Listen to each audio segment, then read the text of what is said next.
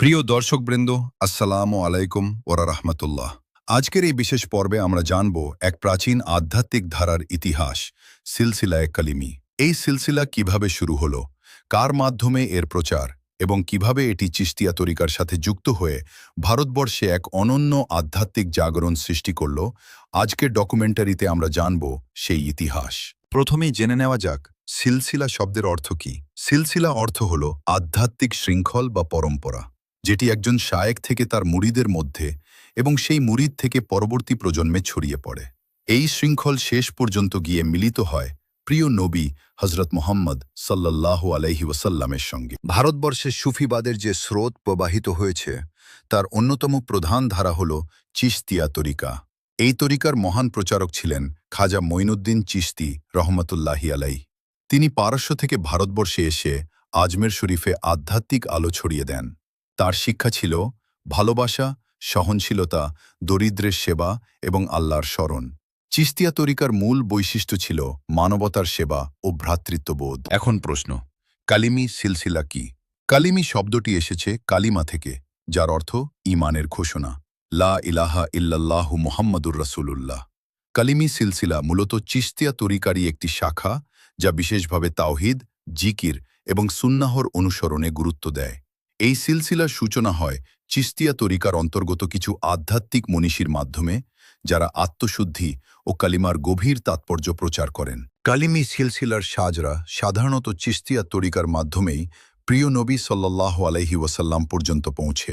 এই শৃঙ্খল সাধারণত এভাবে বর্ণিত হয়: হজরত মুহাম্মদ সাল্লাল্লাহু আলাইহি ওয়াসাল্লাম, হজরত আলী রাদিয়াল্লাহু আনহু, তাবেঈনগণ, ইমামগণ, চিশতিয়া বুজুর্গগণ, পরবর্তীতে কালিমি শায়েখগণ। এই শৃঙ্খল শুধু নামের তালিকা নয়, বরং এটি আত্মিক শিক্ষা, তাজকিয়া, আত্মশুদ্ধি এবং আল্লাহর প্রেমের ধারাবাহিকতা। ভারতের উত্তরপ্রদেশ অঞ্চলে কালিমি সিলসিলার বিশেষ বিস্তার ঘটে। বিশেষ করে খানকাহ কেন্দ্রিক আধ্যাত্মিক কার্যক্রমের মাধ্যমে এই তরিকা ছড়িয়ে পড়ে। উত্তরপ্রদেশের মিরানপুর কাটরা অঞ্চলে অবস্থিত খানকাহে হুসেনিয়া কালিমিয়া এই সিলসিলার একটি গুরুত্বপূর্ণ কেন্দ্র হিসেবে পরিচিত। এখানে বহু আলেম ও সুফি শায়েখ মানুষকে জিকির, তাসাউফ ও শরীয়তের শিক্ষা প্রদান করেছেন। কালিমি সিলসিলার মূল শিক্ষা। কালিমি সিলসিলার শিক্ষাগুলো ছিল অত্যন্ত সুস্পষ্ট। ১. তাওহীদের উপর দৃঢ় বিশ্বাস। ২. ৫ ওয়াক্ত নামাজ ও সুন্নাহ অনুসরণ। ৩. জিকিরে কালিমা পাঠ। ৪. আত্মশুদ্ধি, তাকিয়া। ৫. মানব সেবা।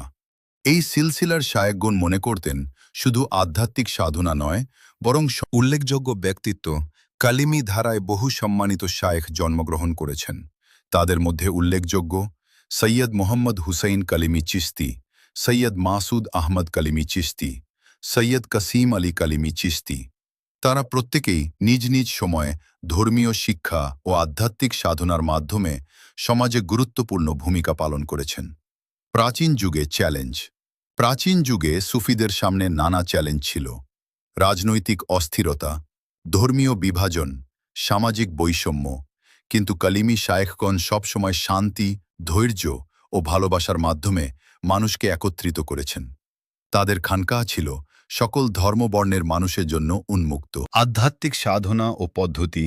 কালিমি সিলসিলার মধ্যে বিশেষভাবে গুরুত্ব দেওয়া হতো জিকিরে জাহরি ও খাফি মুরাকাবা, খালোয়াত, বায়াত গ্রহণ। এই পদ্ধতিগুলোর মাধ্যমে একজন মুরিদ ধীরে ধীরে আত্মশুদ্ধির পথে অগ্রসর হতেন। বর্তমান সময়ে প্রভাব। আজও ভারত ও বাংলাদেশে কালিমি সিলসিলার অনুসারীরা আছেন। বিভিন্ন খানকাহ, মাদ্রাসা ও মসজিদের মাধ্যমে এই ধারার শিক্ষা প্রচারিত হচ্ছে। বিশেষ করে উত্তরপ্রদেশ ও পশ্চিমবঙ্গ অঞ্চলে এই তরিকার ঐতিহ্য বিদ্যমান। প্রিয় দর্শকবৃন্দ, প্রাচীন যুগের কালিমি সিলসিলা শুধু একটি আধ্যাত্মিক ধারা নয়, এটি ছিল এক নৈতিক বিপ্লব। তাওহীদের দৃঢ় আহ্বান, নবী প্রেম, মানব সেবা এবং আত্মশুদ্ধির শিক্ষা, এই চার ভিত্তির উপর দাঁড়িয়ে আজও কালিমি সিলসিলা মানুষের হৃদয়ে স্থান করে নিয়েছে। যদি আপনি এমন আরও ঐতিহাসিক ও আধ্যাত্মিক ডকুমেন্টারি দেখতে চান, তাহলে আমাদের চ্যানেলটি সাবস্ক্রাইব করুন, ভিডিওটি লাইক ও শেয়ার করুন। আল্লাহ হাফেজ। ওয়াসসালামু আলাইকুম ওয়া রাহমাতুল্লাহ।